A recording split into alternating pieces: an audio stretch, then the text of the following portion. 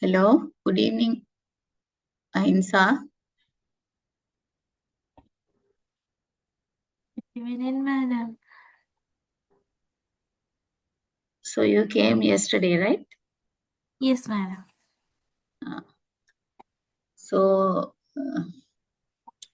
are you ready with the answers for those questions?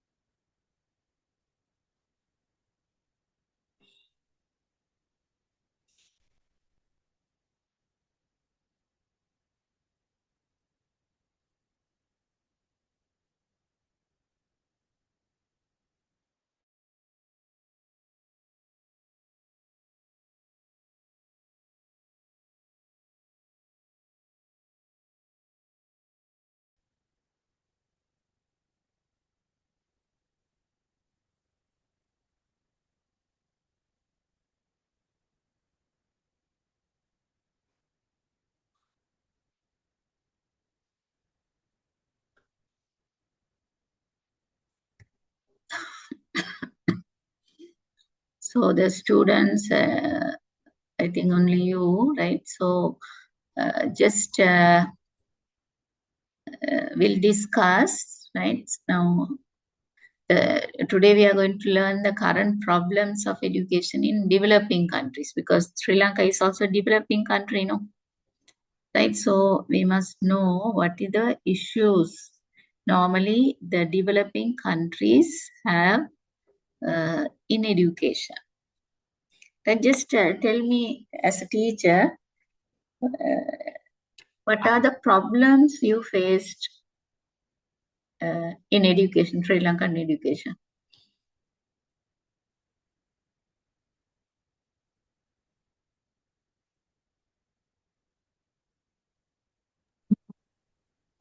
The time is not enough.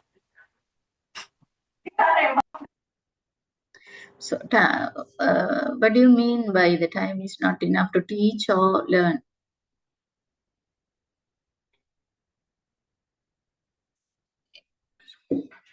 So, you're talking about school time.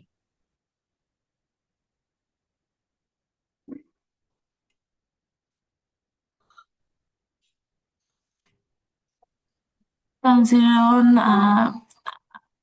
time of period, one period. 40 minutes is not enough. Yes. So now, so they are going to implement a new curriculum reforms, right? So they are going to start for grade 6, right? So I think they have increased this time by 10 minutes, right? They are going to have 50 minutes period. Primary school. In the primary, yes. So you are working in the secondary state. That means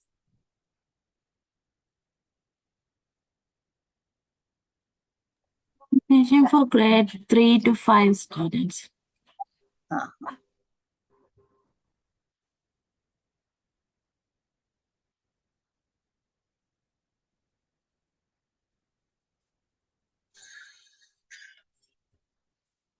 so Himanshi, have you any idea of those questions? Are you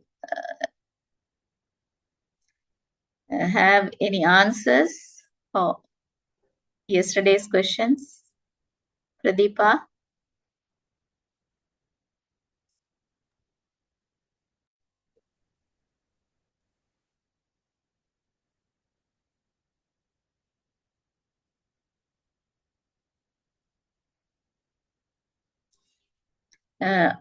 Okay, now 7:32, so we'll start the lesson. Is your degree, Bachelor of Education is top-up degree or 4-year degree?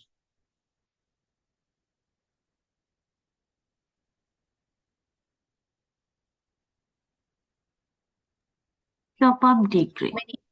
Top-up degree. So how many years you are going to learn? Only 1 year. 1 year. Right. Okay. So the education, I think recently only we are hearing about top-up degrees, right? Earlier, we don't have that type, but foreign countries also have that top-up degrees, right? So actually, the meaning of top-up degree means, right, the 4-year curriculum have to be delivered in a way, right, in 1 year. Okay. So as a Bachelor of Education degree holder, you have to have the Bachelor of Education knowledge, right? So it's I think you have to work very hard, right? Writing assignments and doing so many things to cover up the 4-year degree, right? So now current problems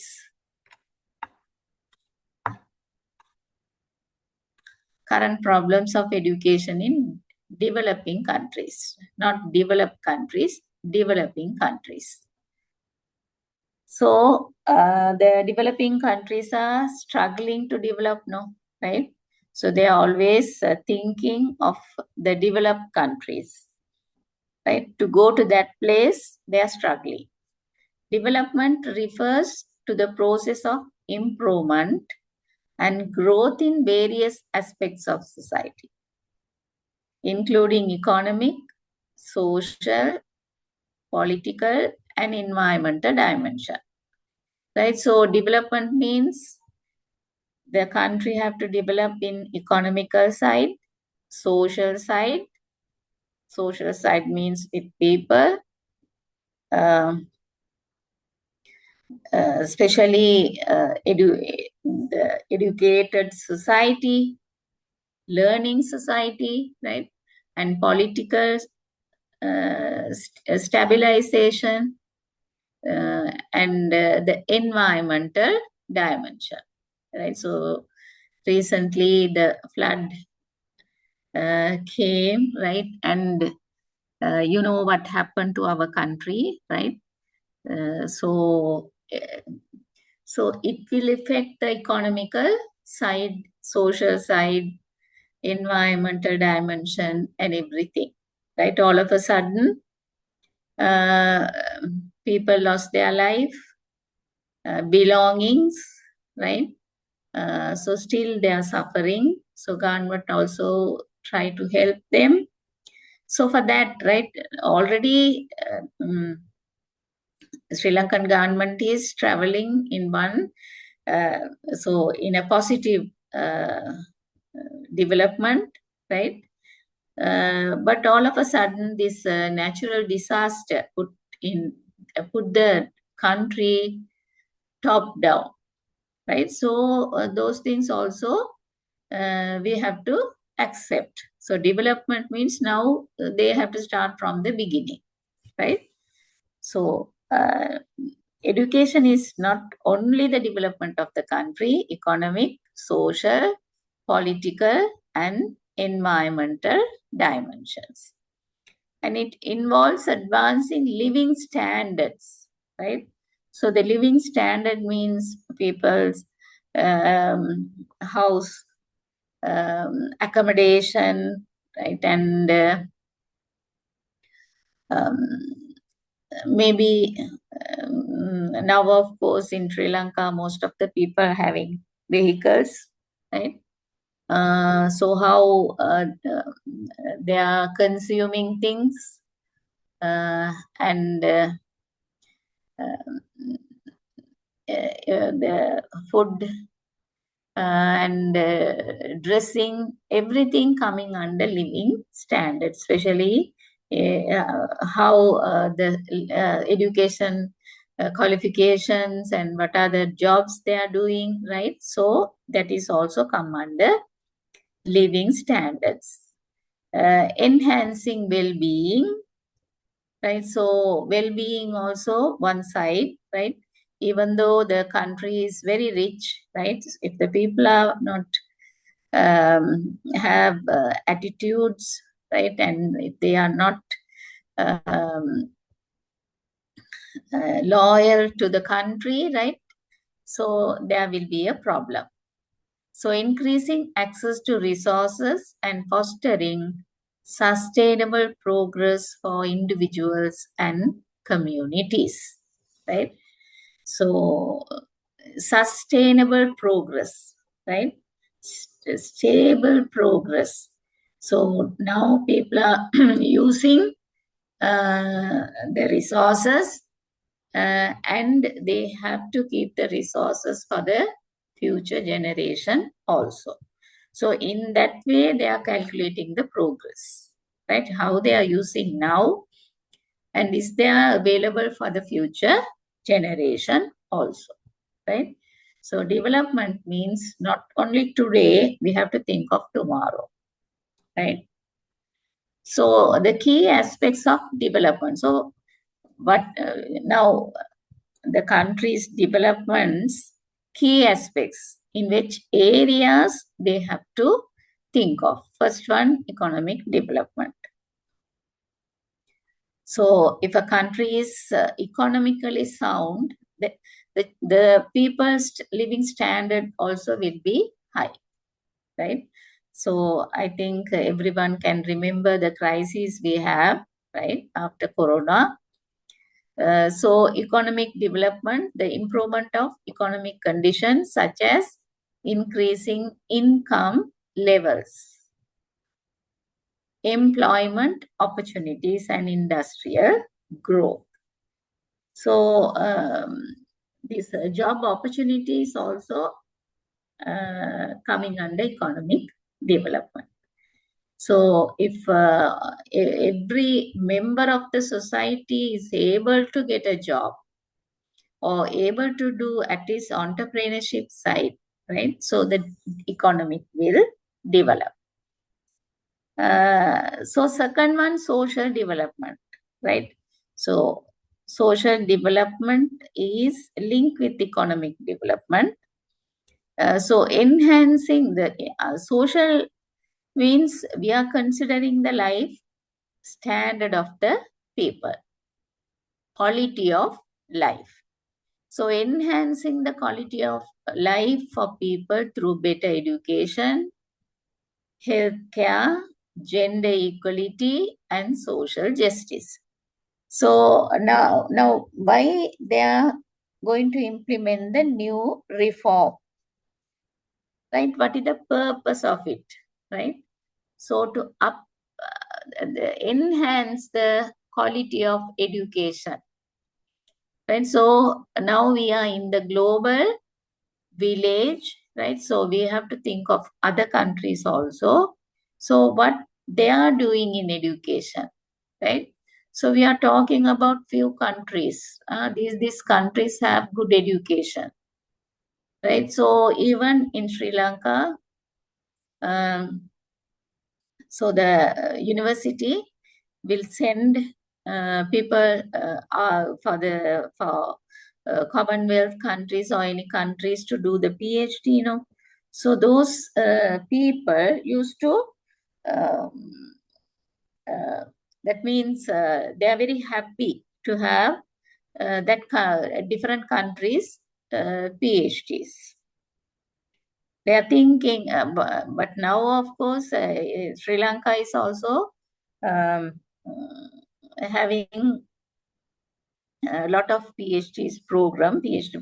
Every other universities are offering, right? But earlier it was not. So they are always, that means uh, judging, right? So London University degree is the most perfect, and Cambridge University. So according to the rating of the university, right? So why can't we have that standard in our country? We have to think in that way. That's what we are learning this comparative education. What is there? What is so in Cambridge? Why we are thinking of that degree is good? So what are the subjects they are offering?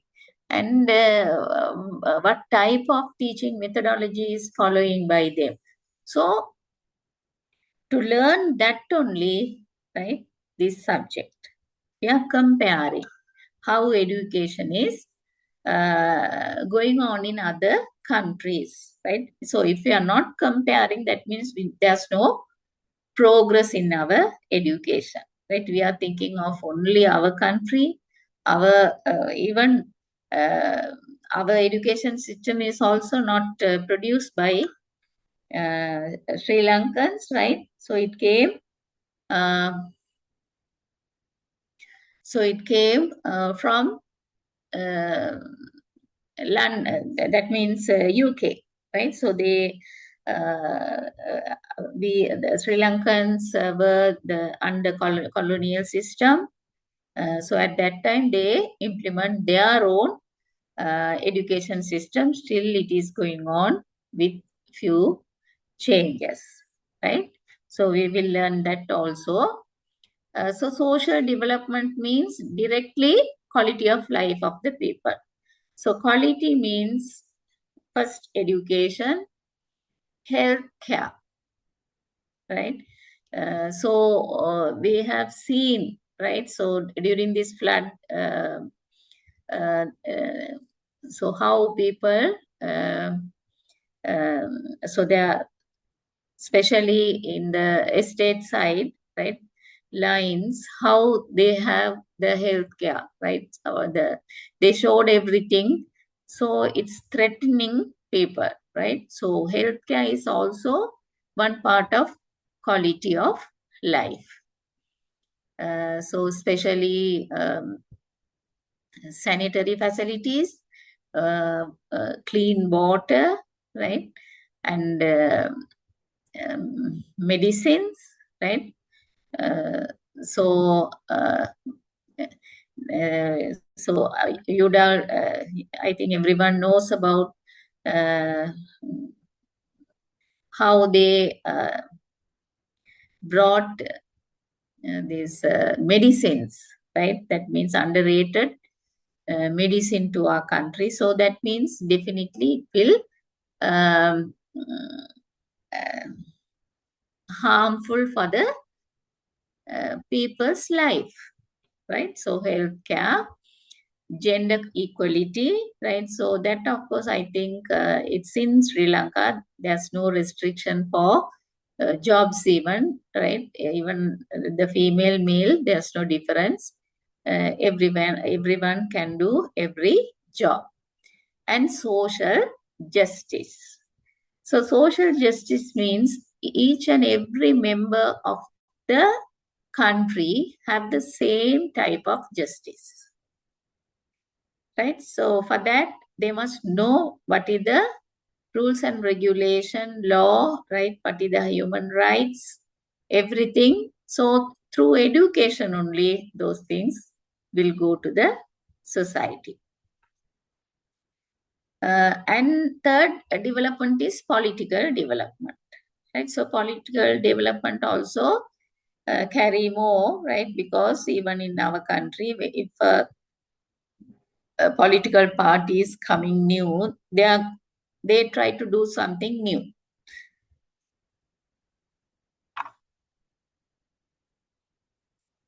Normally, they will make some changes in education also.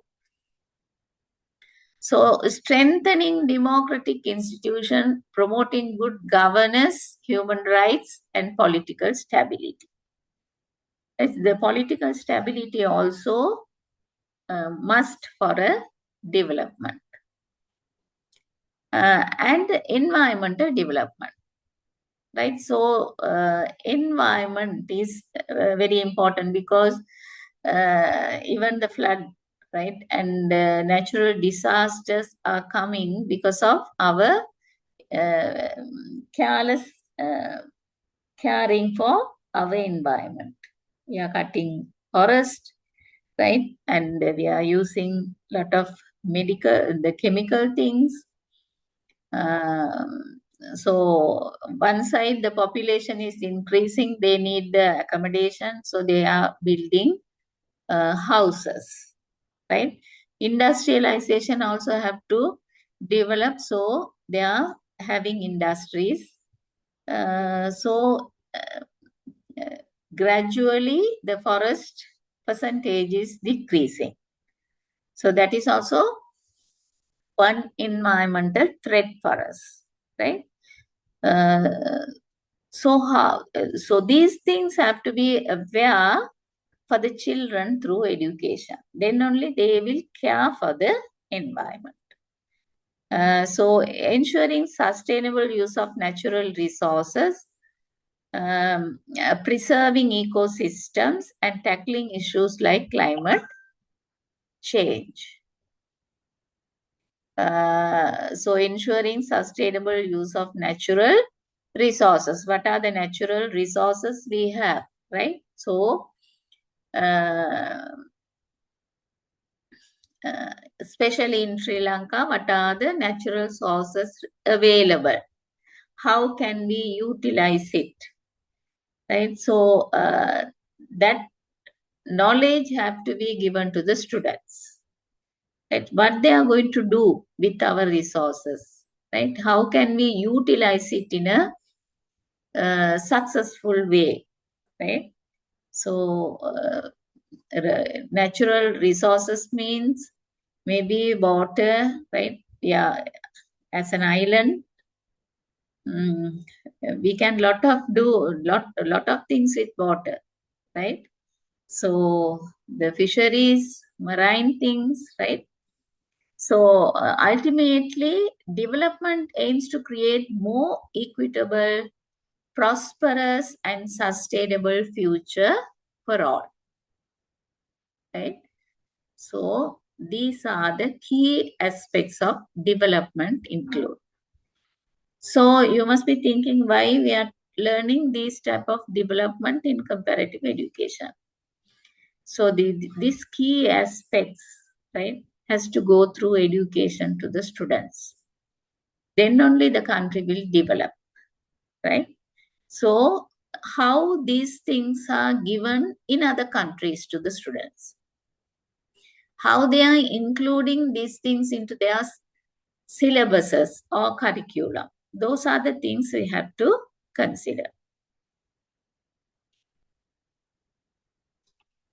So educational problems in developing countries are multifaceted and often interconnected. Some of the main points include, right? So now it's a common theme, that means developing countries. Not only Sri Lanka is coming under developing countries, there are a lot of countries are in developing stage, right? So why they are in developing state? Why we are not calling them as developed countries, right? So as a teacher, right? So you will be able to explain to the students, right? So education through education only we can achieve everything, right? So lack of access to education.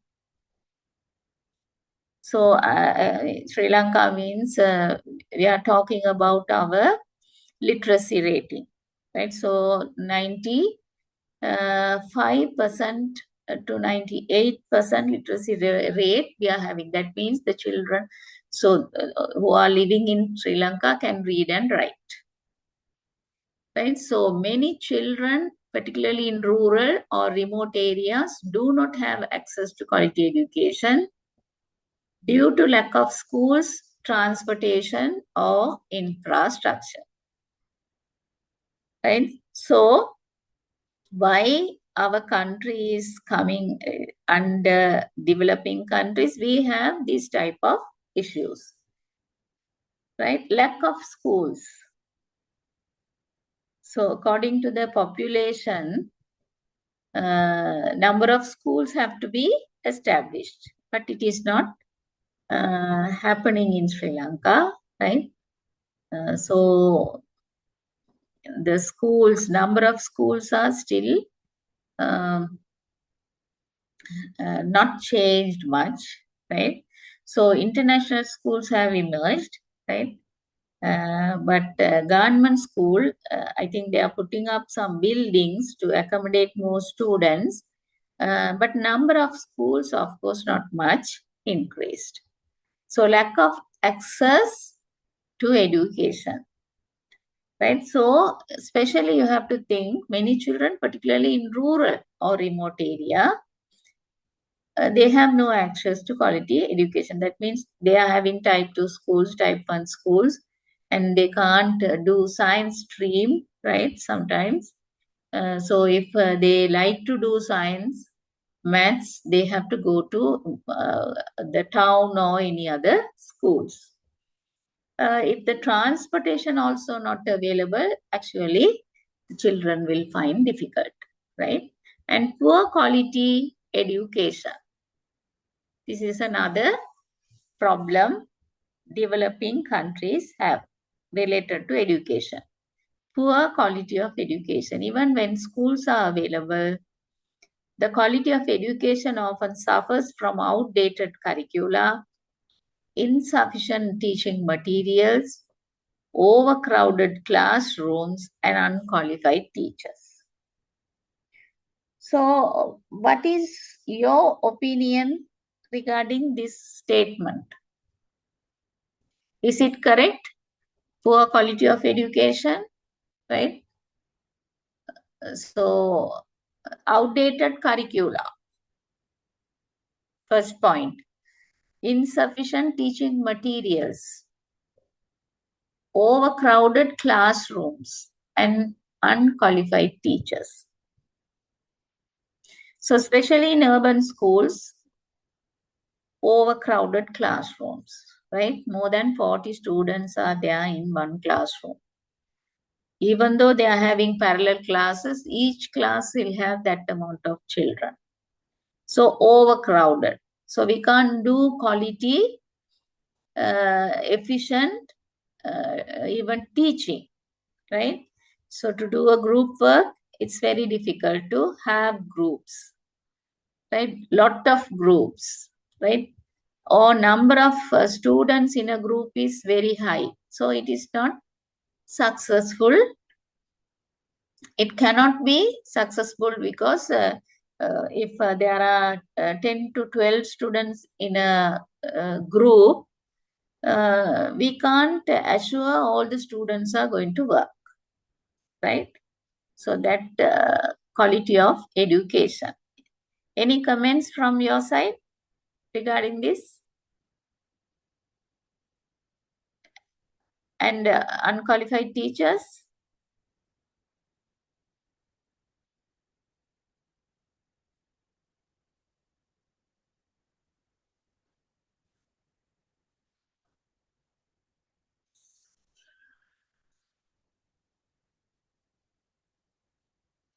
Right, so you also have to participate with me, right? Because you all are teachers, you are facing problems every day, challenges, right? So earlier they recruit teachers with O level and then A level, and they told that no, only we are going to take from teachers from the College of Education, degree holders, right? So still there are problems with unqualified teachers because some teachers didn't go for, even they didn't complete the training college, right?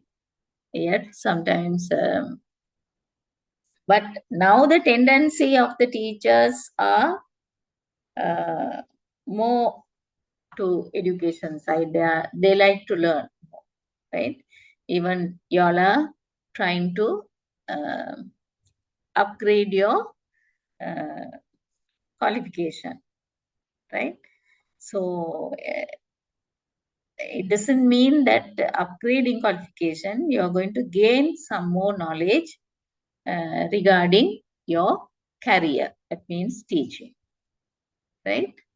So teacher shortages. There is often a shortage of qualified teachers, particularly in rural areas. Low salaries and difficult working conditions contribute to teacher retention issues. Uh, so is there any case, right? So the teachers are leaving from their job early in young age. So mostly the teachers' retirement age is 60 now, no? Right? So is there any tendency that the teachers are leaving very early?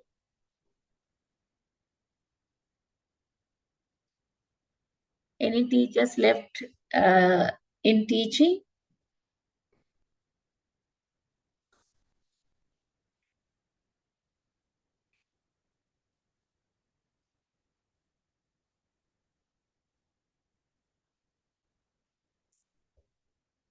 Yes, any answers?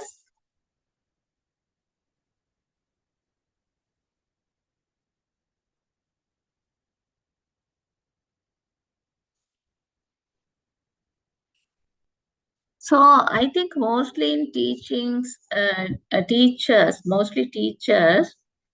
So maybe they are going for the promotions as teacher educators, principals, uh, and lecturers, right?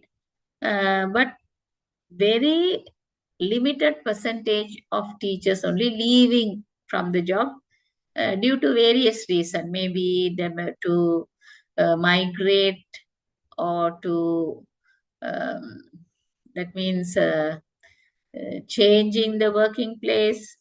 There's no way to get transfers, like, right? So mostly the teacher retention, of course, not bad in Sri Lanka. So teacher shortages for English, not even English, math, science teacher shortages are they are in rural areas.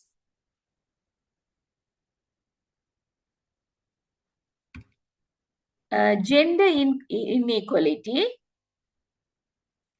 In many developing countries, girls face more barriers to education than boys, including cultural norms, early marriage, and the prioritization of boys' education over girls. Prioritization of boys' education. Right. So in Asian countries mostly, they are giving more priority for boys. Right. So even they have to eat food first, right? They are offering food first, and especially mothers, they like to have sons, right? So that gender inequality. Uh, so that in job, of course, there's no gender inequality in Sri Lanka, right? Mostly in India, gender inequality is there. They don't like to have girls, right? Sometimes they are killing the female children, right, in the beginning itself, and there are dowry problems, right? So gender inequality in many developing countries, right? Especially in Pakistan, Malala Yusuf, right? So that girl also fight against the education because they are not loving to go for education, right? So some countries are there, right? So the key aspects, right? And after that, economic barriers. Why we are lacking our economical status, right? So why the developed countries have good economic status? So we are comparing, right? So families in developing countries often cannot afford school fees, uniforms, or other educational expenses, which prevents children from attending schools or completing their education. So in Sri Lanka, we are having free education, right, up to uh, uh, university education, free education. Even they are giving free books, free uniforms. I think now they are going to give these um, shoes also for children, right? So, especially in the developing countries, this is one reason why children are not continuing the studies, especially for higher studies, right? So, if the people are rich, if they are good in economical status, they can spend money for their education. Other than that, they will stop. And conflict and instability. So political instability, war, and conflict disrupt education systems, displacing children and limiting their access to education. So we also had decades war, right? During at that time, children are displacing, changing the school, and they can't continue the studies, and school is also not functioning due to war. So that thing also one barrier.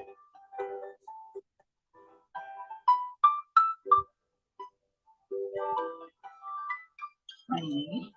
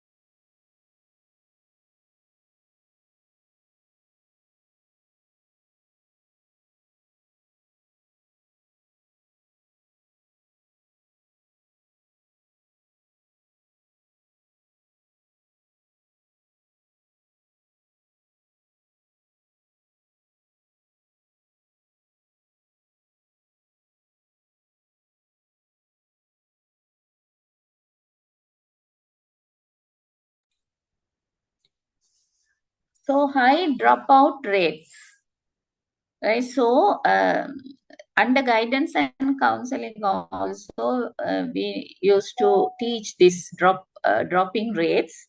So by having counseling in schools, guidance in school can reduce the dropout rates, right? So due to factors such as poverty, lack of interest, early marriages, and the need to work, many students drop out school before completing their education. Right, so child labor, right? You can we had child labor in Sri Lanka, and they now, of course, they are not allowing to have child labor, right? So anyway, if due to the economical status, right, sometimes the children have to work in early ages. So poverty, right, lack of interest. So nowadays there is a tendency children don't want to go to school in for the A level classes, right? Especially in grade 13, there are no children in classes. All are going for tuitions, right? So that tendency is there. Even now, they started in the O level also last term. There you can't see any children. Sometimes they are doing their revision at home, or they are going for tuition classes. So so it is not coming under dropout rates, right? Dropout rate means they are stopping, right? They are not continuing the education, right? So inadequate and infrastructure. So many schools lack basic infrastructure like clean water, electricity, sanitation facilities, and safe learning environments, which hindering effective learning. So that's what we are calling as developing countries, right? So inadequate infrastructure. So yesterday, I display some pictures, right? Even in that, you can see the infrastructure. Inadequate infrastructure. There is no classroom, right? So so to compare, I have displayed another two classrooms with digital setup, right? So you can see the differences. So those two digital setup is in the developed countries, right? So the other two pictures belongs to developing countries, right? So you can see the differences.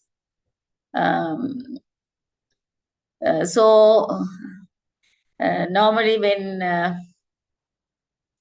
I worked in my earlier place, we used to go for this supervision, right? Center supervisions.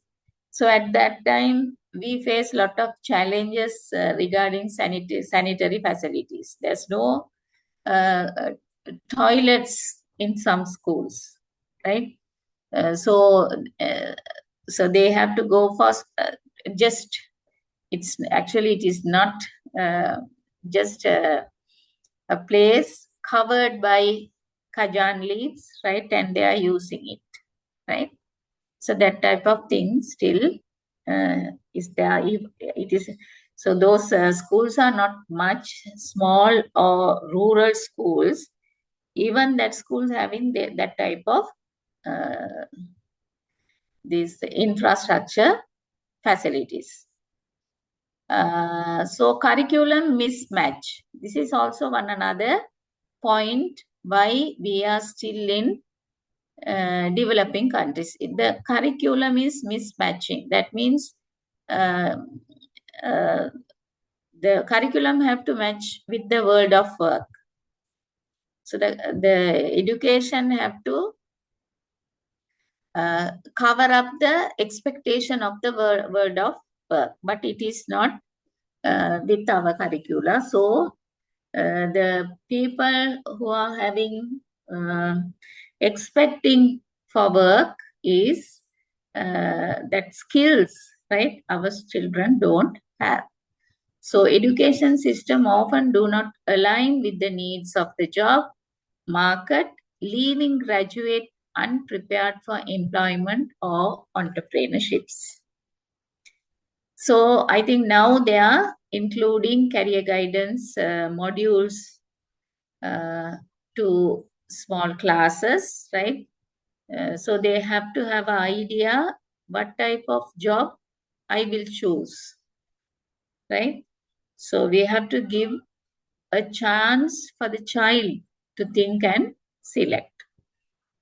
So the other thing is health issues. Health problems including malnutrition and diseases like malaria or HIV, AIDS affect children's ability to attend school regularly and concentrate on their studies. So the child is having some sort of even special need children, right? And if they have some sort of difficulties in learning, and especially dyslexia, dyscalculia, dysgraphia, that type of learning disorders, right? So those health issues also um, prevent children to continue that education. So it will directly affect economic development. And addressing these challenges requires comprehensive efforts from governments, NGOs, and international organizations to improve infrastructure, policy, and access to quality education for all. Right. So now in Sri Lanka, we are having inclusive education system. Right. All the differently able children also can be accommodated in normal classroom. So we have to think, right, of the infrastructure of our schools. So are we having the facilities to accommodate these differently able children to a normal school? Every schools have lifts, different passages for them, washroom facilities for differently able children, right? So, and is there separate playing area available for the differently able children, right? So those things are questionable, right? But anyway, we are running the inclusive education system. So children are having human rights, child rights. Every child have the right to learn for education, similar education like a normal children. So those things also, if the number of differently able children are increased, that means that is also will affect economic development, right? So earlier, luckily, we don't have much differently able children in normal schools, right? And there's no trained special need children teachers also not available in most of the schools. So the quality of education, we have to think of how we can give the quality education. We don't have a special need unit in schools, right? So problems of participation refer to the challenges individuals or groups face when engaging in political, social, or economic processes. So these issues can arise at different levels and contexts, including governance, community involvement, and decision making. Here are some key problems related to participation. So political exclusion. So certain groups such as minorities,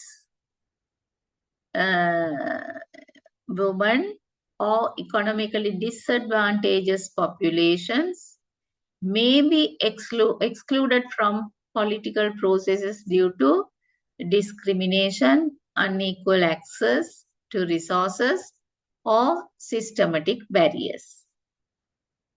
Is anyone can give any examples for this?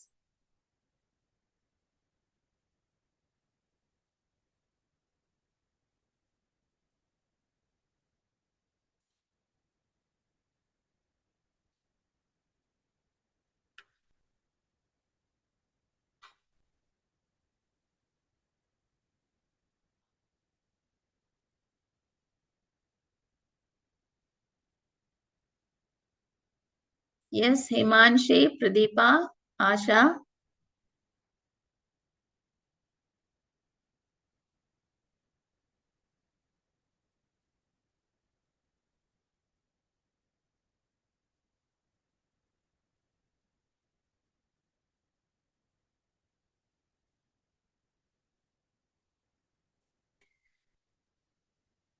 So, especially in India, right? So, there is a discrimination regarding caste. So, few caste, especially the lower caste people, are not allowed for education as well as job opportunities. But now, of course, they have given a quota for them to um, drop the exclusion, right? Uh, so the discrimination, right? That is also political exclusion. So sometimes they can't uh, uh, involve in political due to that, uh, due to some reasons, right? Maybe caste or I think regarding education, right? But I think in Sri Lanka, that exclusion is not there. Unequal access to resources or systematic barriers. And the other thing is lack of awareness or education.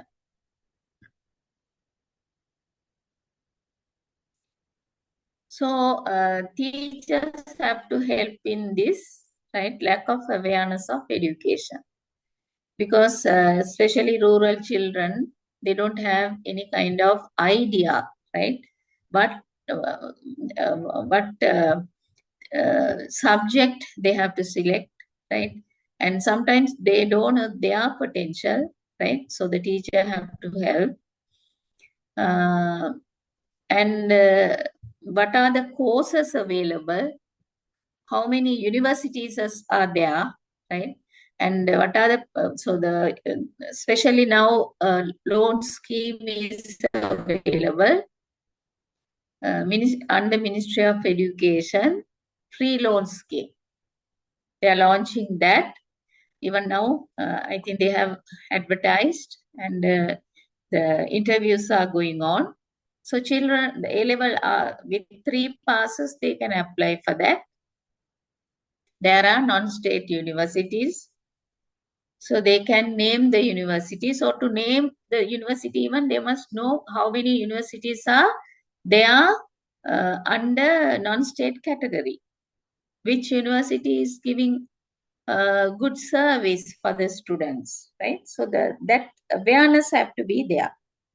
So the government is giving free uh, interest-free loan, right? So the government is going to pay for the child for the entire degree program, especially Bachelor of Education degree program, and management programs are available, IT programs are available, right? So the children can apply, right? And they will get 8 to 11 lakhs of money from the government. So the government directly pay the fees to the university and giving another amount for their expenses, right? So and after completing the degree, they are giving a grace period for 1 year, right? So after they find a job, right? So monthly they have to pay 9,500 only for 5 years. That's all, right? So this awareness is not there for these rural area children. Even though they like to continue their education, there's no way to continue, right? So the lack of awareness or education is also one issue.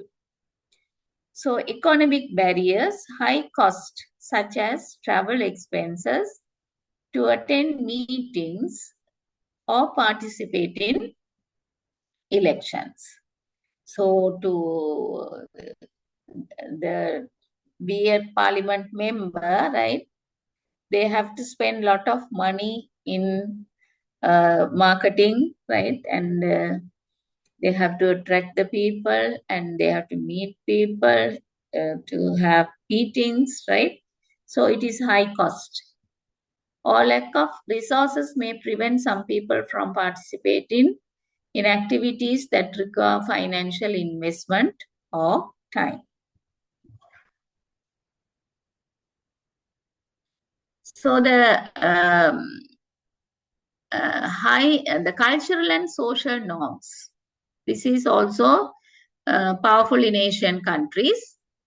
In some cultures, social norms may discourage certain groups from participating. For examples, and in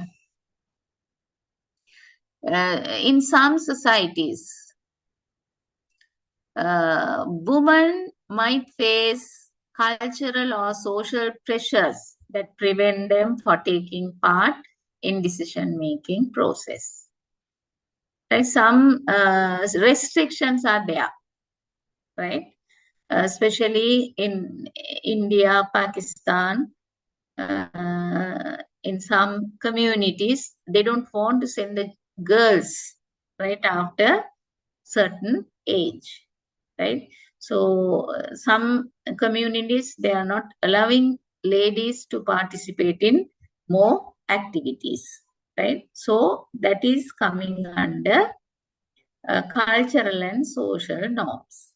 So this is also affect the education, development, and directly economic development. And inequality and power imbalances. So social or political elites uh, often dominate decision making, making it difficult for marginalized or less powerful groups to have voice. So in Brazil, um, if the people, the uneducated people can't vote, right? Not now, in the earlier period, right? So when you all are learning philosophy, you will learn, right? Freire, right? That philosopher made that people educate, adult education, mobile school, right? So that philosopher made millions of people uh, educated. That means the literacy. They gave literacy, read and write. So it make a huge change in their political arena, right? So after that, they vote and change the leaders, right? Otherwise, the elite group will only vote, and they are the people who are ruling the country. So education can make changes, right? Inequality, power imbalances, and intimidation or fear. In some context, people may fear retribution or persecution for speaking out or participating in political activities. So that means uh, so people don't have freedom to talk whatever they like. They are scared to talk, right? And uh, so because of that, they are not going to participate in political activities. They are scared.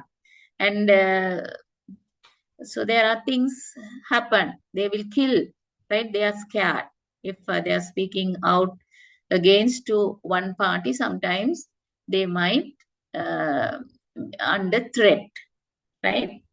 So this common in authoritarian regimes where dissent is often suppressed.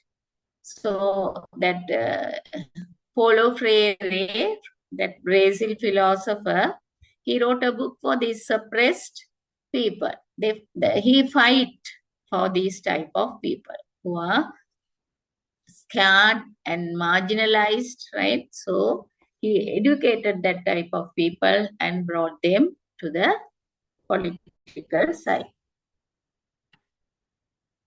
right? And lack of trust in institutions.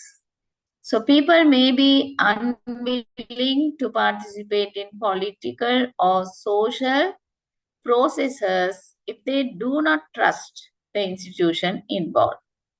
Corruption, inefficiency, or lack of accountability can lead to enchantment and apathy. So, so we'll learn about South Africa, right? So you will come to know, right? Not in only our country.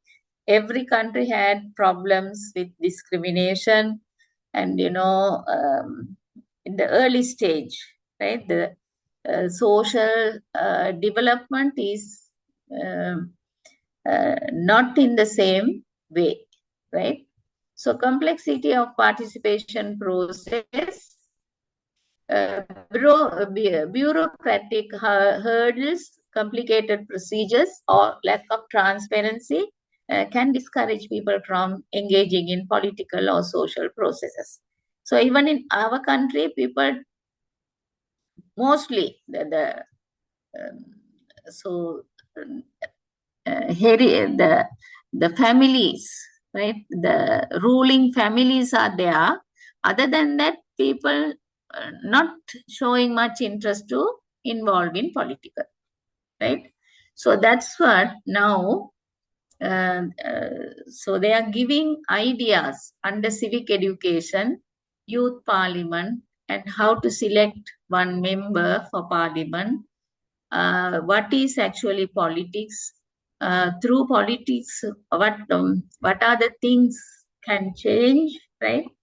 So there's a subject called political education, but they are learning the different countries' politics and the politicians, right? But so under civic education, they are giving a idea of politics and what is politics and why that politics is important, how people have to involve in political.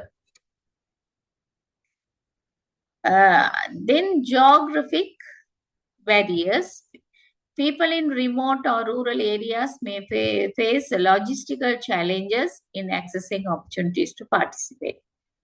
Such as voting, attending meetings, or accessing resources that would enable involvement, right?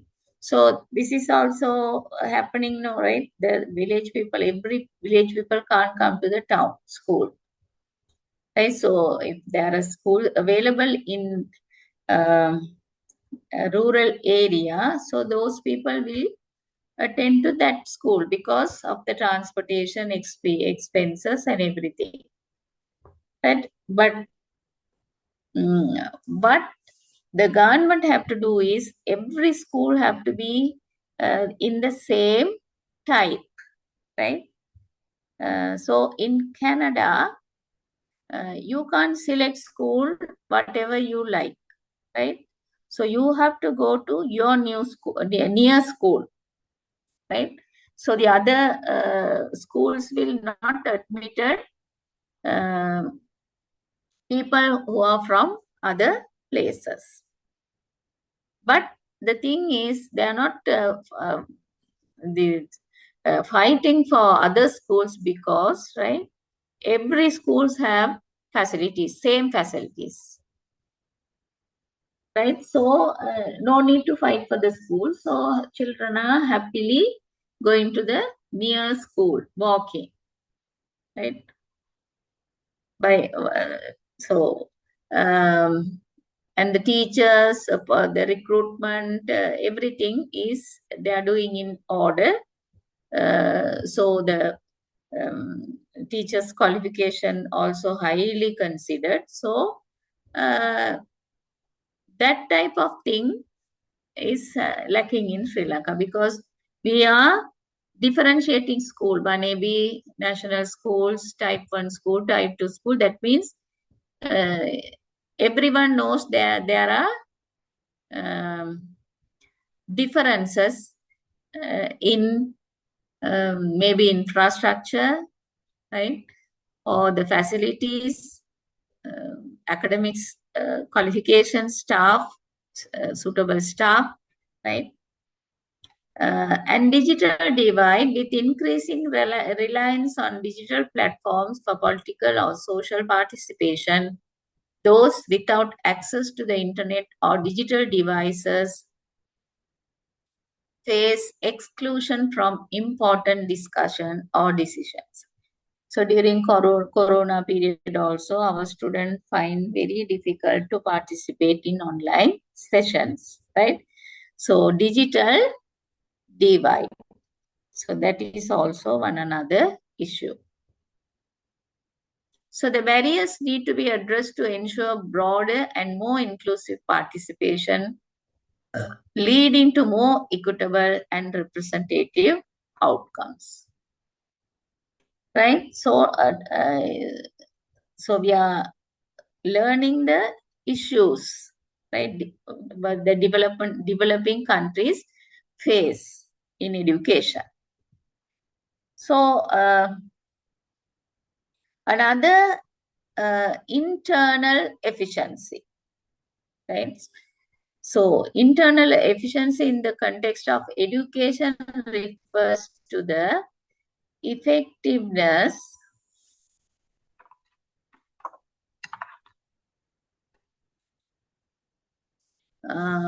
with which an educational system or institution uses its resources, such as time, money, and human capital. Right? So every organization will have internal efficiency. Right? So schools also must have internal efficiency to achieve desired educational outcomes like student learning, graduation rates, and skill development. It highlights how well an education system or school transforms inputs into outputs, minimizing waste and maximizing results. So why we are preferring few schools, right? All the people, specially educated people, they wanted their children to be in these famous schools. So why they are going behind that famous schools? Because that school are not only academic side, they are developing their personality also, right? Skill development, right? So those children can survive in the world of work. So those children are getting opportunities more than rural children, right? So internal efficiency. So the key aspects of internal efficiency: student retention and completion rates. So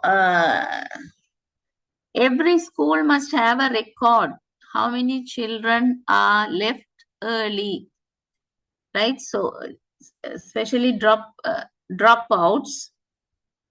So mostly the dropouts are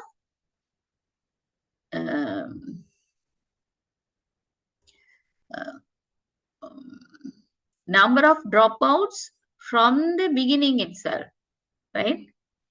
So we are thinking students will drop after O-level, right? Not like that.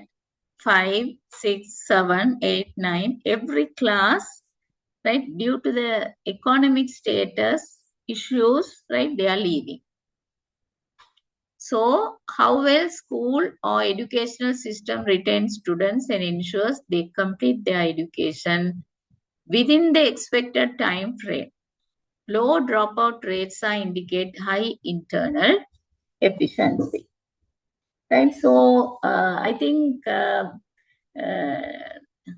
that is also um, a rule from Ministry of Education. Principals have to have this reduce the dropout rates, right? If the children are dropping more, that shows the school don't have internal efficiency, right? So if the child is not coming for 3 days, so the teacher, a class teacher, and the principal have to take action. Why that child is not coming to school, right? So if there is any problem, uh, the teacher and the principal have to help, right? So anyway, make the child to come to school continuously is one of the key aspect, student retention. And if the teachers are not teaching well, the student retention will not be there. Children will leave, like tuition classes. The children will come. If they don't like that teacher's teaching, they will leave, right? So likewise, children can select, right? So effective use of resources.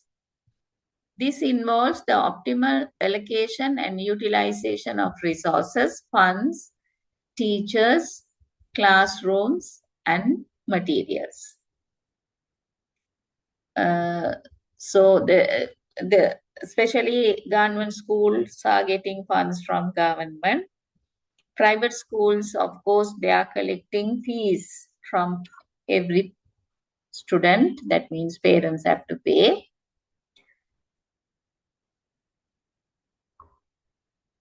So according to the standard, according to the funds, the standards will be differ. So as you all know, right, if the fees is high, right, in that school you will get more facilities because of the funds.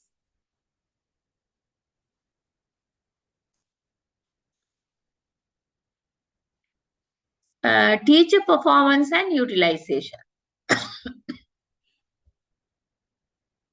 So first one under internal efficiency, student retention. Second one, effective use of resources. And the third, teacher performance and utilization. So internal efficiency is influenced by how well teachers are utilized in terms of their subject knowledge, teaching time, and ability to meet the educational needs of students. So efficient teacher deployment can reduce the need for extra resources and improve learning outcomes. So as a principal, right, the efficient principal will learn about every employees, right? So if there are 20-25 teachers are under one small school, the principal must know each and every teacher's skill, right? And the talents. So the principal can use that to develop their school, right? Teaching efficiency. Efficient teacher deployment can reduce the need for extra resources and improve learning outcomes. So teacher deployment, how they are replacing to the correct places, right? Sometimes in some school, teachers are teaching not their own specialization subject, other subjects, because there's no vacant for their subject, but they want to be there in this school because there may be some sort of purpose, right?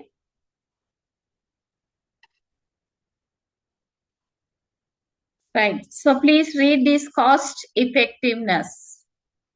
As parents, as teachers, everyone must know this cost effectiveness. Right. Every institution have to have corporate strategy for cost effectiveness.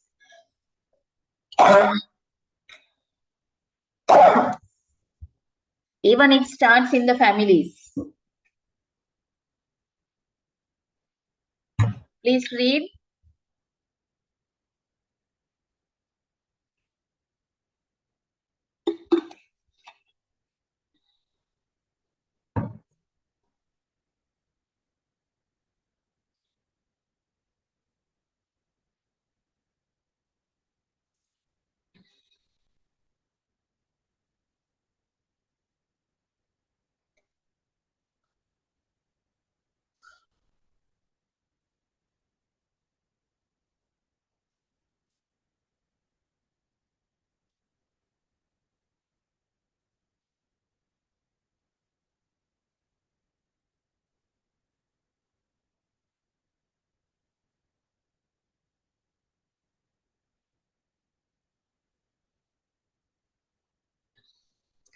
So we are talking about budget, right?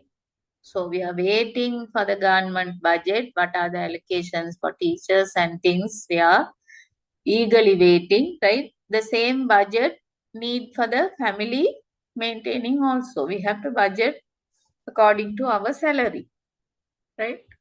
So cost effectiveness. So the ability to achieve educational goals within the budget constraints. So this includes minimizing inefficiencies such as excessive spending on administrative cost while maintaining or improving the quality of education.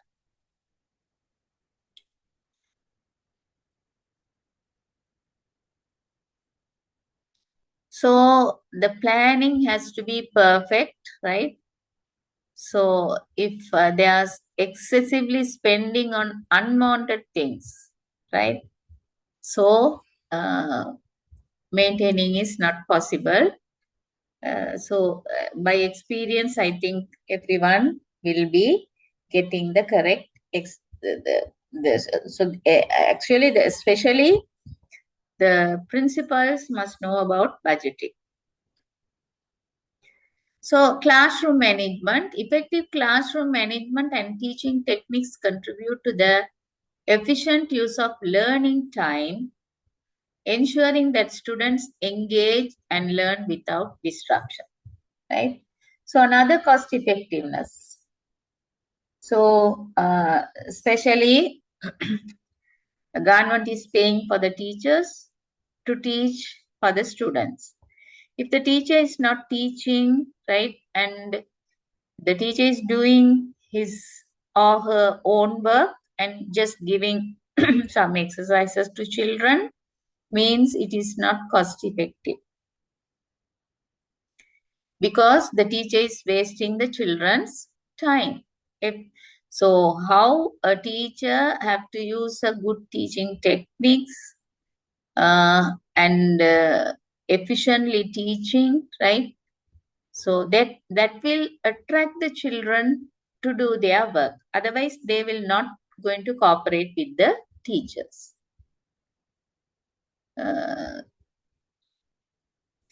So just think. So if they are giving, especially. So now I'm teaching you all, right? So they gave 2 hours duration for the lecture, right? So if I'm doing, if I don't have, I'm not planned for the lesson and I'm not ready for the lesson, right? So just I'm talking some different aspects, right? So that means because they are going to pay for me, right? So if I'm not doing the good work, right, it is not cost effective. because children will get discouraged, right? So minimize wastage. This refers to reducing the loss of students through dropout, absenteeism, or failure, which represent wasted resources that could have been invested in educating students why do not complete their studies. So minimizing wastages. So so uh, now I think it's very popular um, philosophy. So we have to have that means we have to think of our expenditure, right? So drop every unwanted thing. So then it's minimalization, right? Minimal, with minimal resources, the people will learn to live. Then there will be no issue. If we are spending a lot only, we need money more. So we will tend to do bad things also, right? So wastage.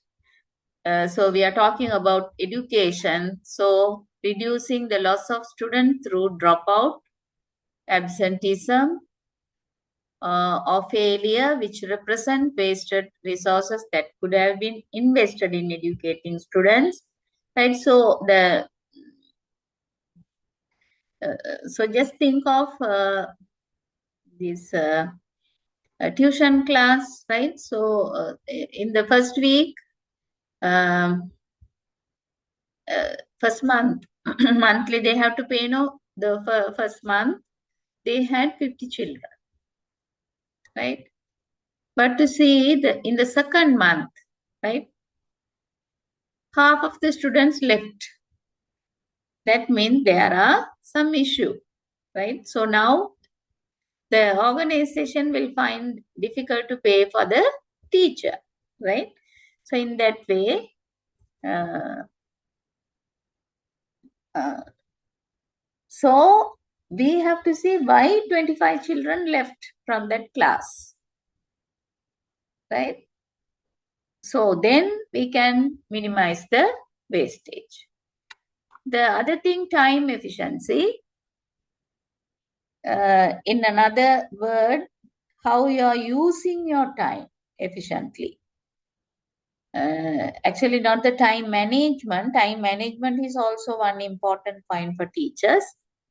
So time efficiency, how effectively educational time is used for learning activities. How you can use effectively your time.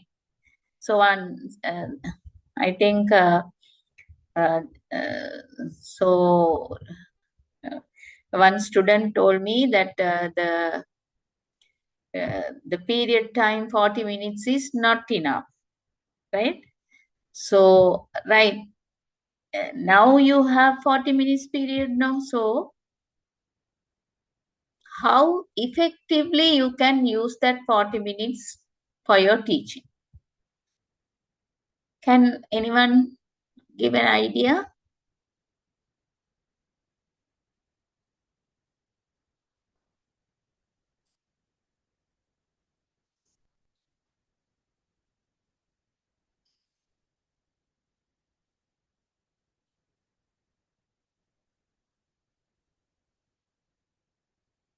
Why you all are not speaking?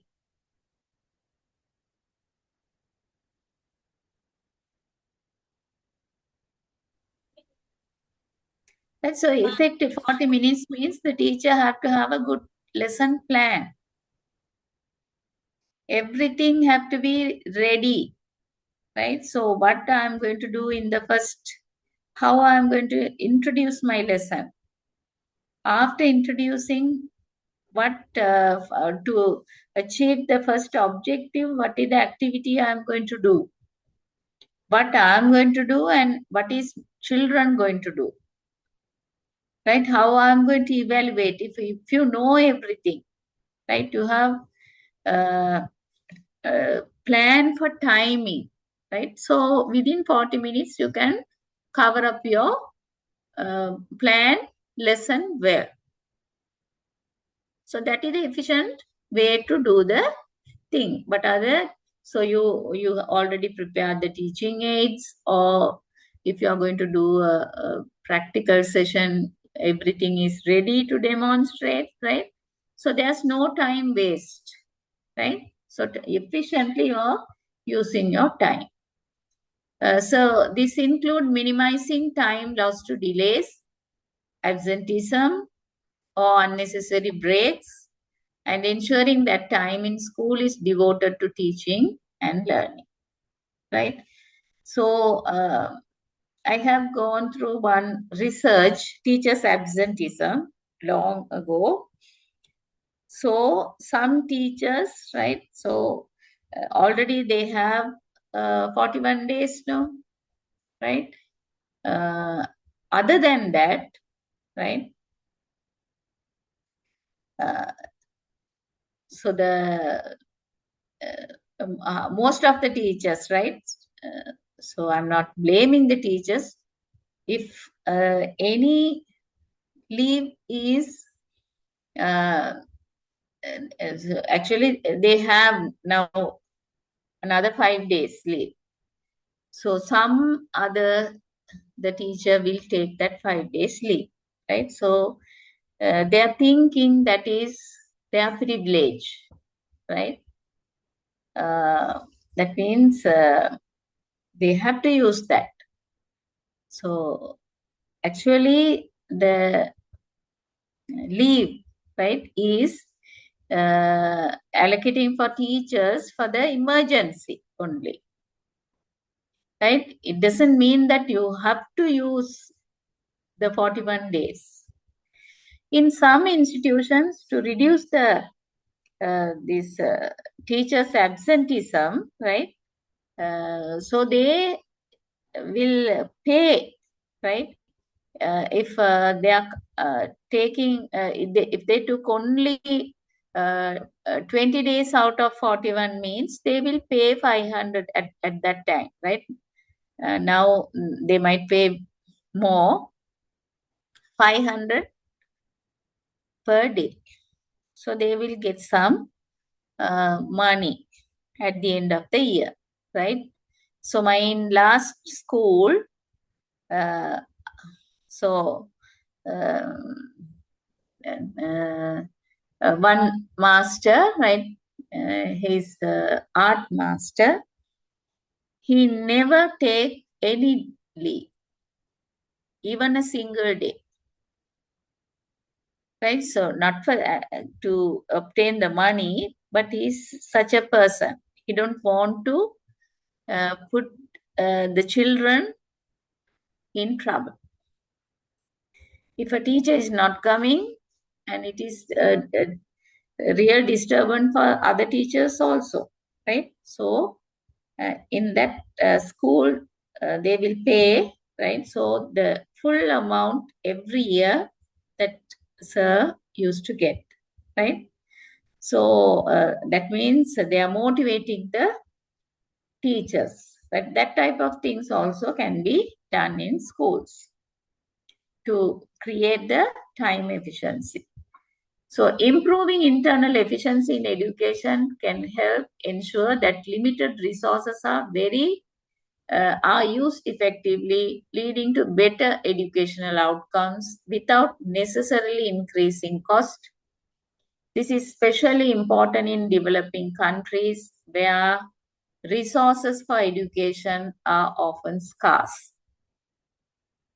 Right, so we don't have much resources in most of the schools, so we have to use that in a very limited way, proper way. So internal efficiency, what the people are doing, working inside. So the external efficiency is in the context of education refers to how well the education system or institution prepares students for the broader needs and demands of society. So the economy and the labor market. It measures how effectively education comes aligned with external expectation, including the skills and knowledge required by employers, societal needs, and the overall development goals of a country. So internally, what we can do inside the school, right? But we are going to send the children outside. So there they are going to see the external efficiency, how they are going to survive, how they are going to face the demand of the society, right? So those children are fitted for labor market. Those things are external efficiency. So the key aspects of external efficiency, already we have learned about internal efficiency, now external. Relevance to labor market needs. So our curriculum, right?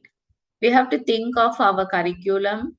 So the curriculum will give some helping hand for the children to go to the labor market.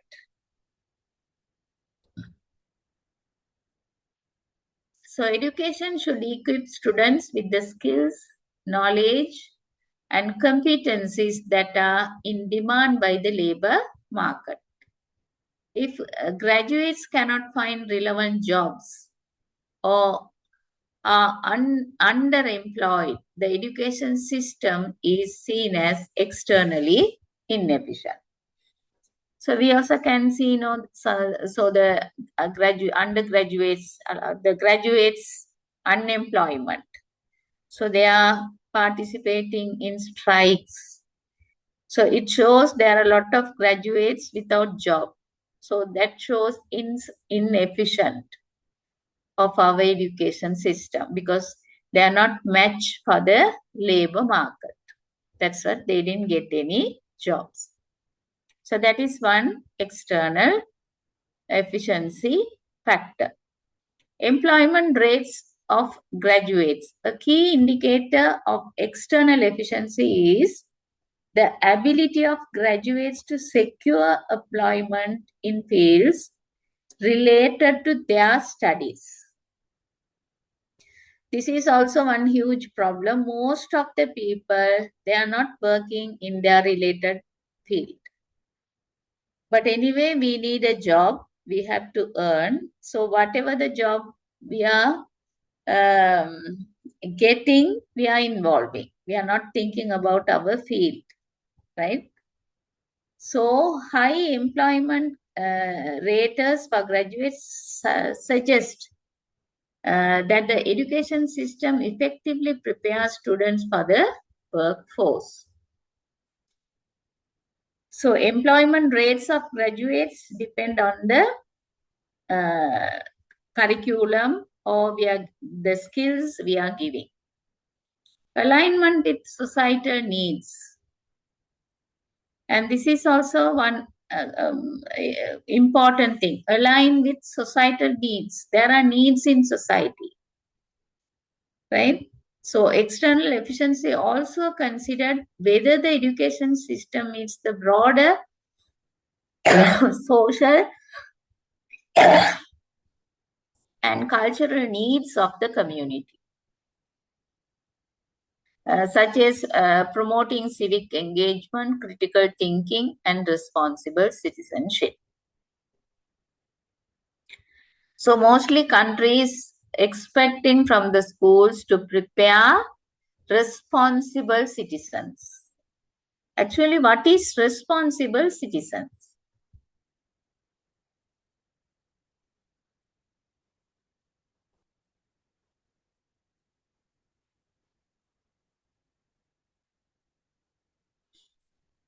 So as teachers, what you are thinking about responsible citizenship?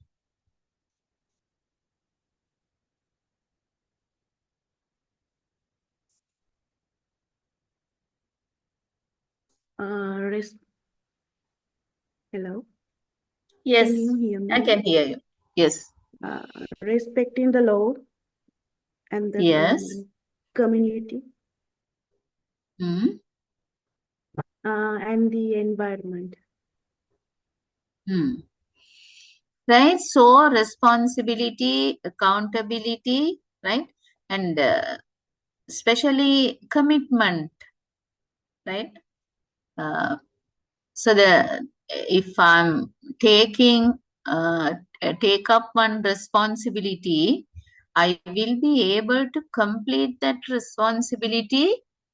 I must have that confidence and commitment, right? So most of the people, they like to have a post, right? They don't want to work hard, right? So if so, it is not efficient, right? There will be a huge. They are going to uh, face a huge gap, right? So the responsible citizenship. So when we are walking in a street, right? So if the street light is on, right? So if we are not thinking about that, it's wasting our common resource, right? So that means we don't have a social responsibility. We have to opt that. How many people are doing that, right? So social responsibility also have to go through education. We have to explain the children. We have to train the children. So whatever they learn, they have to practice in their life, right? So if a water is that means one pipe is broken and the water is uh, running wastely, means at least we have to inform to the municipality that there is an incident like this, right? So that responsibility you have to take, right? So you have to think critically, and civic engagement. As a member of the country, everyone have to think of the country's betterment, right? So external efficiency and adaptability to technological and economical changes. This is one main thing now, right? This technology. Without technology, now people can't live, especially without smartphone, right? Earlier we had small phones, right? And then now it, so people are, I think each and everyone is having a smartphone, right? So through smartphone, you can see the world, right? So the technological and economical changes, how we are adapting to that. Especially, it's a very good example, right? In Sri Lanka, we never did online lessons in schools. But due to the corona period, right, we can't go out. So teachers, forcibly, they have to conduct online lessons. So every teacher now know how to conduct online lessons. So that means for some extent they are using technology, right? So that is a good side of corona in Sri Lanka. So education system need to be flexible and capable of adapting to rapid technological advancement and economic shift. Students must be equipped with skills that are not only relevant today, but will remain valuable in the future, right? Earlier we had, you can see in the offices, lot of files, right? Huge files. So it will kept in a store, and sometimes uh, you can think of our personal files in education, the office, right? Sometimes we can't find our personal file. So it's very difficult to do this pension. Right? Sometimes they might misplace, right? So if now under the technology, everything is available in the computer. Within a minute, they will answer for our query, right? So students must be equipped with skills. Even in the schools, right? The popular schools are using technology to count the attendance also now, right? Fingerprints. Even in the office, fingerprints. How many staffs are inside?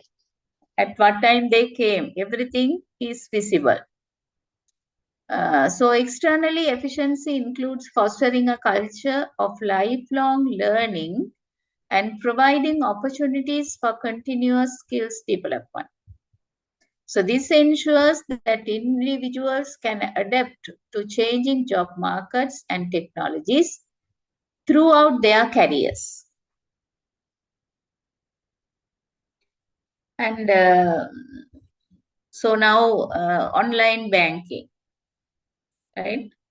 And ATM cards. So before 30, 40 years back, there's no ATM cards or online banking. So we had to go to the bank and do the needful things. But now, within a phone call, right, within a minute, we can transfer funds, pay the bills, right? So technological advancement. So as teachers, right, we also have to use technology, right, to give a good experience for children, right? So external efficiency includes fostering culture of lifelong learning and providing opportunities for continuous skills development. So many people are earning, right, by running YouTubes, right? So they are creating a lot of avenues as entrepreneurship, right? This ensures that individuals can adapt to change, job markets and technologies throughout their careers, social and economic mobility. The ability of education to provide upward social and economic mobility is an important aspect of external efficiency. So think of this WhatsApp, right? So now free of charge, we can use WhatsApp to contact a person from any country, right? We can converse them or talk to them for long hours without any it's free of charge, right? So that is also one the good development in technology, right? And now they are talking about artificial intelligence, right? And there are lot of apps the students and the lecturers, teachers can use. And now they are going for gamification, right? So through games, they are going to this teach some subjects, right?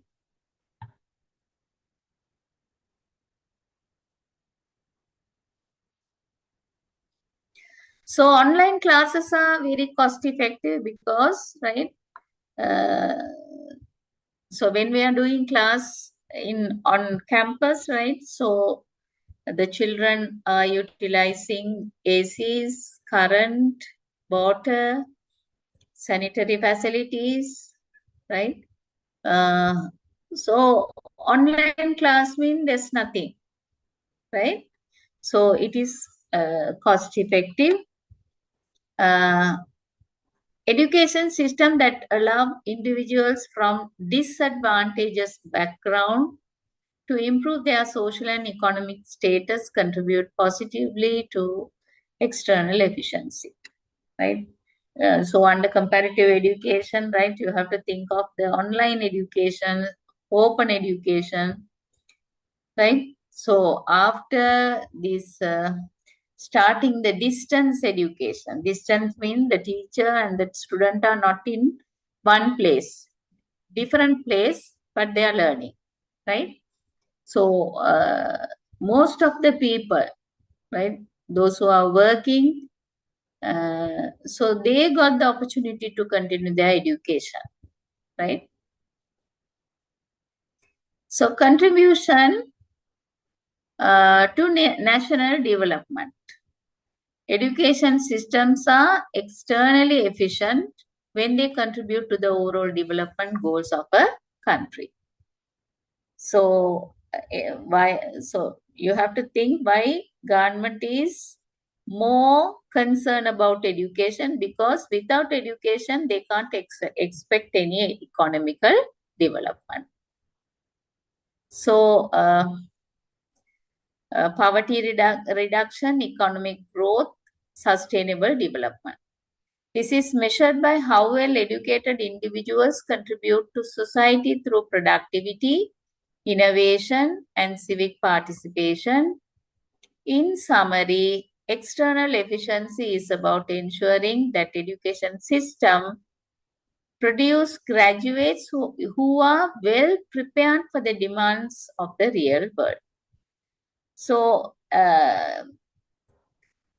so external efficiency means what are the things we need out of the school, out of the education, right?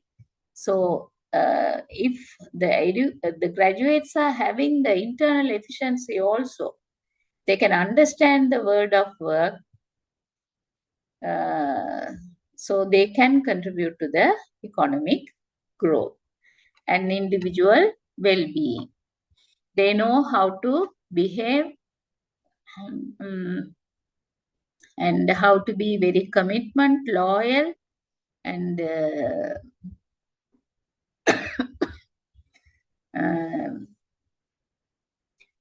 working as a team, right, member.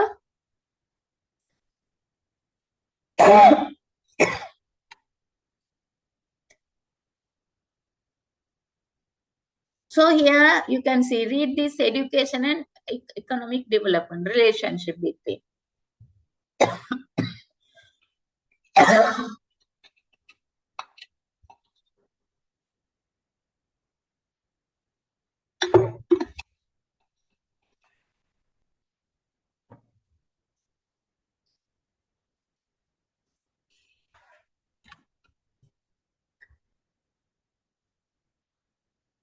So one country's economic development directly depends on the education side.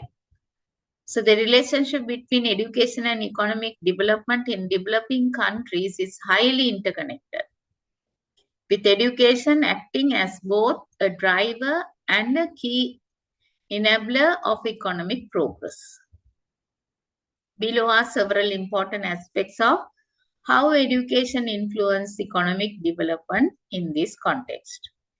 Right? So, from the beginning, right, we are talking about developing countries. So, what are the issues they are facing related to education, right? And what are the key aspects, right?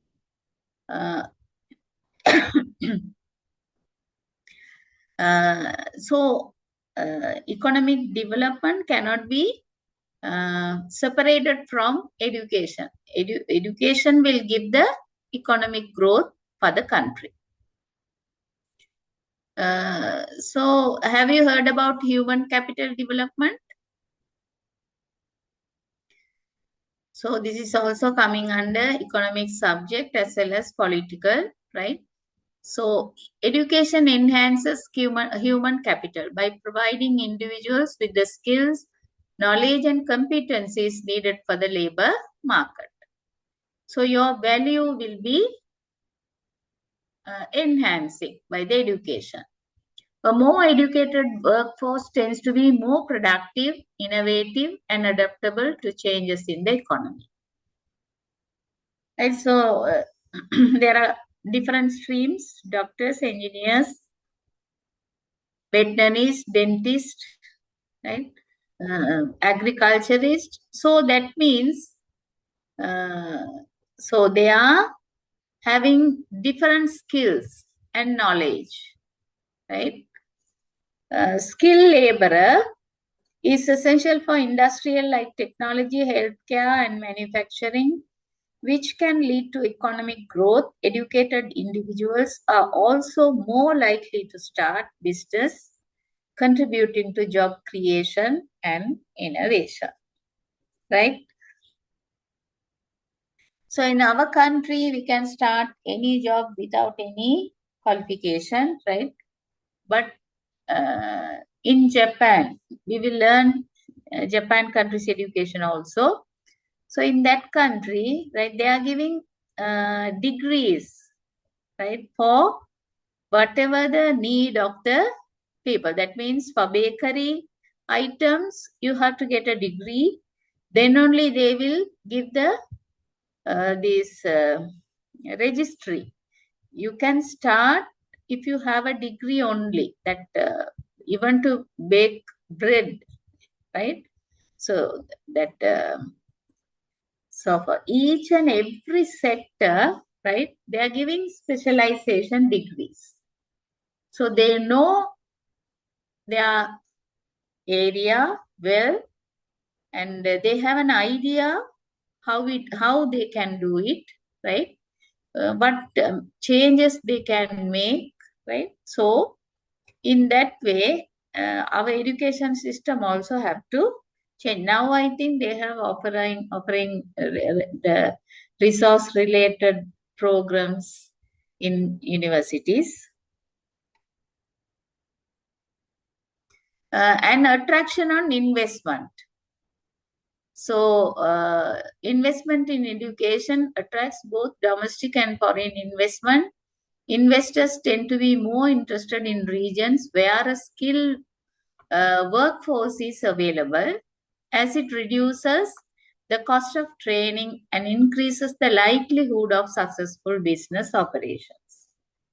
So now I think you would have understood why they are asking for experience, right? So if they are going to train from the beginning, they have to utilize more money on them. But if they already got experiences, they can directly start from the beginning, right? An educated population also tend to have better infrastructure, higher levels of technology, and more stable political environments, all of which are conducive and attractive investment, right? So earlier, office people used to prepare a lot of files, right? They are working with files, but now everyone will get a laptop and everything have to be uploaded to the laptop, right? So when they are leaving the job, they have to hand over the laptop to the organization. That means that is the file they have collected, right? So economic equality and social mobility. Education provides an avenue for social mobility, allowing individuals, especially from disadvantaged backgrounds, to access better job opportunities and improve their standard of living. So a person is joining in a lower position, but after joining that job, right? So if that person is going to continue the education, right? So that person will get increments and also promotions, and gradually that person can go up to a certain big position, right? So standard of life living is going to uplifted, reduce poverty. And by offering equal access to education in country can reduce poverty and income equality, which fosters a more balanced and sustained economy. Societies with high educational attainment tend to experience lower rates of unemployment and poverty. So most of the people, right, the high education tendency is now more. Every parent wants their children to be a graduate at least, right? And any amount of money they are ready to spend for the education. That is also a good sign. Innovation and technological advancement, creativity and innovation, which are essential for technological advancement and economic growth. A well-educated population is more likely to engage in research development and the adoption of new technologies. The thing is, day by day, technologies apps are changing, right? They are inventing, innovating new things. So the creativity and innovation it is also coming from education. So we have to include include activities or curriculum to enhance creativity and innovation of children. And STEM education, right? Earlier they started, after that they stopped, and again now they are giving this STEM education. That means science, technology, engineering and mathematics. So science stream, so those things, right, is essential for the economical growth of a country. And better governance and institutional development. Better governance and political stability by increasing awareness of citizens' rights and responsibilities. So good governance means every individuals are happy, right? So if the people are happy, that means that country having good governance. They are giving good salary, good lifestyle, good food, right, and sanitary services. As a result, education contributes to building strong institutions that foster an environment conducive to sustainable economic development. And health and productivity. Educated population generally experience better health outcomes, as education often leads to improved knowledge about health, hygiene, and nutrition. And in our education system, there's a subject called health and physical education. And even on the science subjects, right? Science also giving the idea of nutrition, what type of nutrition you have to take, what is the balanced diet, right? So the health and productivity is also important. If a member is healthy, right, that person can work effectively. In developing countries, education can also help reduce the burden of diseases such as malaria and HIV/AIDS, which can otherwise impede economic process by affecting the workforce. Right? Earlier, the AIDS took as a huge issue, but now it is not much. And diversification of the economy, how it is diverse, change, right? So economy promotes economic diversification, enabling countries to move away from reliance on few primary sectors, agriculture and mining, and instead build competitive industries like manufacturing, services, and technology.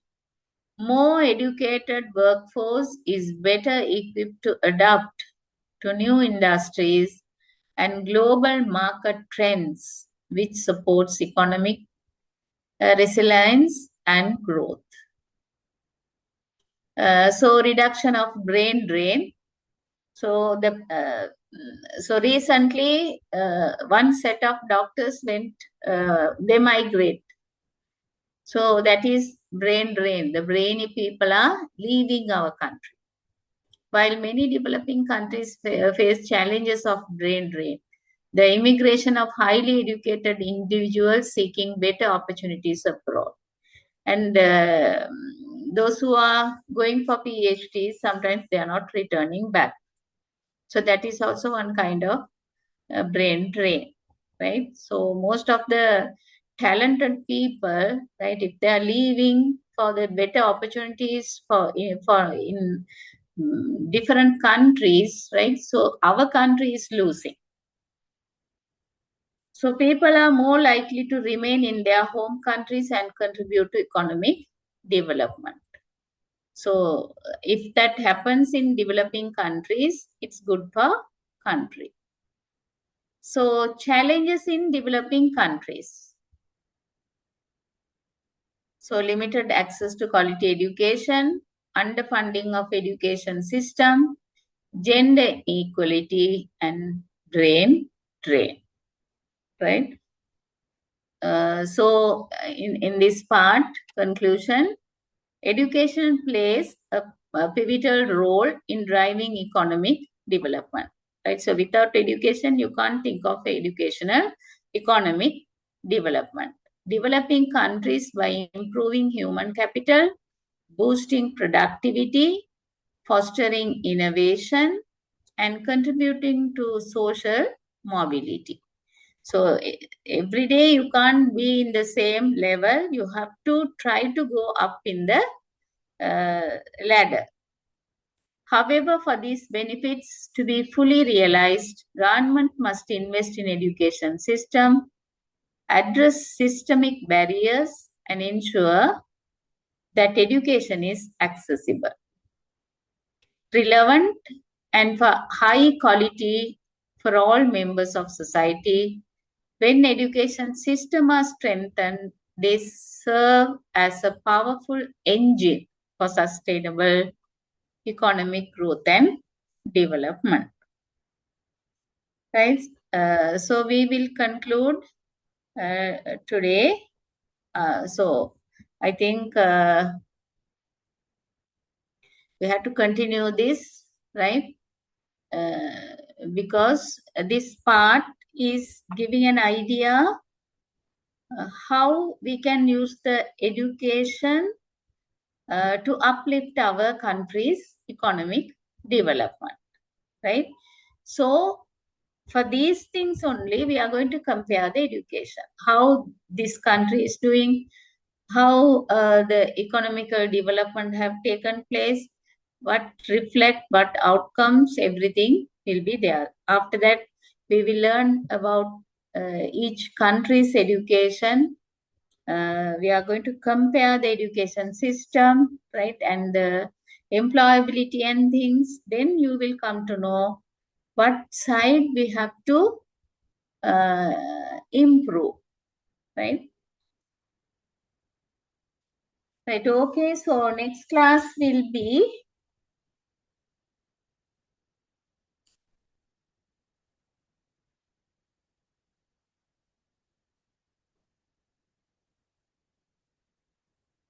on the 14th, right? So we'll meet in 14th. So thank you very much, right? So again and again, I am asking you all also come. So this presentation already I uploaded, and one another presentation also I uploaded to Apex, right? So so if you all can have the WhatsApp group, if anyone can formulate a WhatsApp group, I can send the presentation to that group also. I think Apex will send the presentation to you all. Thank you very much, and we'll meet 14th, right, of this month. Thank you very much, ma'am. Good night. Okay, welcome. Madam. Thank you, madam. Good night. Good night.